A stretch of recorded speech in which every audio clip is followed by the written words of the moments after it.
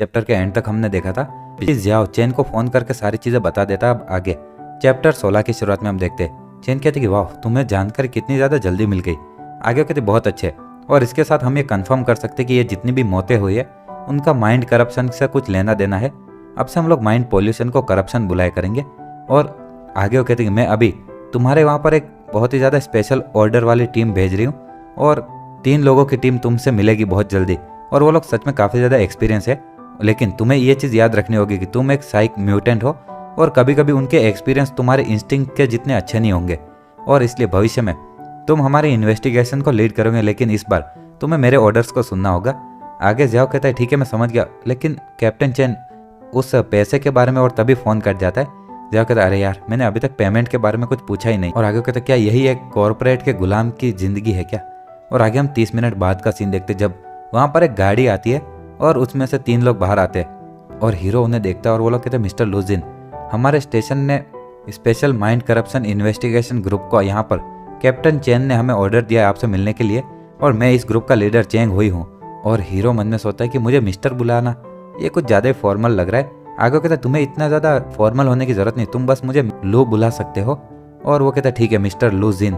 आगे वो कहता है कि मिस्टर लुजिन ये आपके लिए प्लीज़ इसे लगा लीजिए, और एक वो ब्लूटूथ जैसा होता है। आगे जाओ उसे देखते हो मन में सोचता है कि ये ईयरपीस बिल्कुल ऐसा लग रहा है जैसा कि उन लोगों ने लगाया हुआ, लगता है कि मिशन के दौरान इसे पहनना कंपलसरी है। और आगे वो उसे जैसे ही कान में लगाता है उसे आवाज़ आती है कि investigation team reporting, analysis team reporting और ऑपरेशन टीम रिपोर्टिंग। आगे वो कहती है हेलो मिस्टर लुजिन, और मैं कॉर्पोरल हैन बिंग हूँ जो कि एनालिसिस टीम से हूँ, और मेरी टीम और मैं तुम्हें इन्फॉर्मेशन और डेटा के बारे में बता रहे होंगे। और चलो मैं सबसे पहले तुम्हें इस इंसिडेंट के बारे में सारा डेटा बताती हूँ। जाओ उस लड़की की आवाज़ सुनते हुए सोचता है कि कितनी प्यारी आवाज़ है। आगे वो लड़की कहती है मिस्टर लुजिन, लगता है कि ये बहुत ही ज़्यादा नए टाइप का माइंड करप्शन है और ऐसा पहले कभी नहीं हुआ है, और इसीलिए हम आपको कुछ सुझाव देंगे कि सबसे पहले आप इन्वेस्टिगेशन शुरू कीजिए और जो ये करप्शन का जगह क्या सोर्स है उसके बारे में पता कीजिए और उसे क्लीन करना शुरू कीजिए। दूसरा, इस किन रेन को और उसके जितने भी उसके साथ के लोग हैं उन सभी लोगों को पकड़ लीजिए, और उन सभी साइक म्यूटेंट्स जो इसे मारने के लिए आ रहे हैं उनके आने का इंतज़ार कीजिए, और भी ज़्यादा चेंजेस के बारे में और सबूत को इकट्ठा कीजिए। और अगर ज़रूरत पड़े तो तुम इस किन रेन को उन लोगों के सामने भेज भी सकते हो मरने के लिए, और इससे अगर हम सोर्स को रोक सके तो ये भी करना चाहिए। जियाओ मन में सोचा कि हाँ इतने ज़्यादा लोग जो कि बदला लेना चाहते हैं उन्हें बस इसको मारने के लिए दे देना एक सबसे ज़्यादा आसान ऑप्शन है, लेकिन क्या सिर्फ यही एक ऑप्शन है। आगे वो चैन कहती ये तुम्हारा पहली बार है ना किसी ऑफिशियल इन्वेस्टिगेशन में आने का, चलो ये बहुत ही ज़्यादा अच्छा मौका भी है तुम्हारे लिए सीखने का।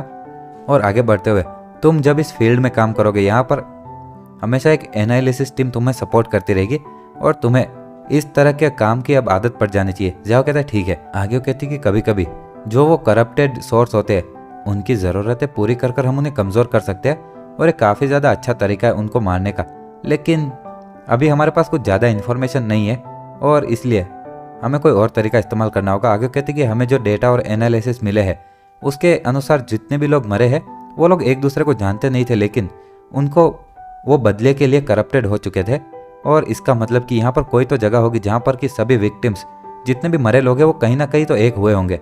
आगे वो औरत कहती है इन सभी लोगों के मिलने की जगह ही वो सोर्स होगी जहाँ पर से कि ये करप्टेड हुए, लेकिन मैं आपको सजेस्ट करती हूँ कि कुछ लोगों को यहाँ पर जितने भी वो मरे हुए लोग हैं उनकी ज़िंदगी के बारे में जांच पड़ताल करने के लिए भेजे, और वो आमतौर पर कहाँ जाते थे। हीरो कहता है कि एक एक की जांच पड़ताल करना इसमें तो बहुत ज़्यादा लंबा समय नहीं लग जाएगा।